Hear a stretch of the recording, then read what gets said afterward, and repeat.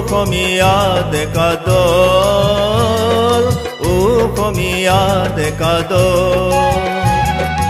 অসমীয়া ডেকা দল অসমীয়া ডেকা দল অসমীয়া ডেকা দল অসমীয়া ডেকা দল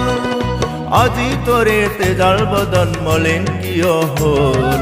মলিন কিয় হ'ল মলিন কিয় হ'ল অসমীয়া ডেকা দল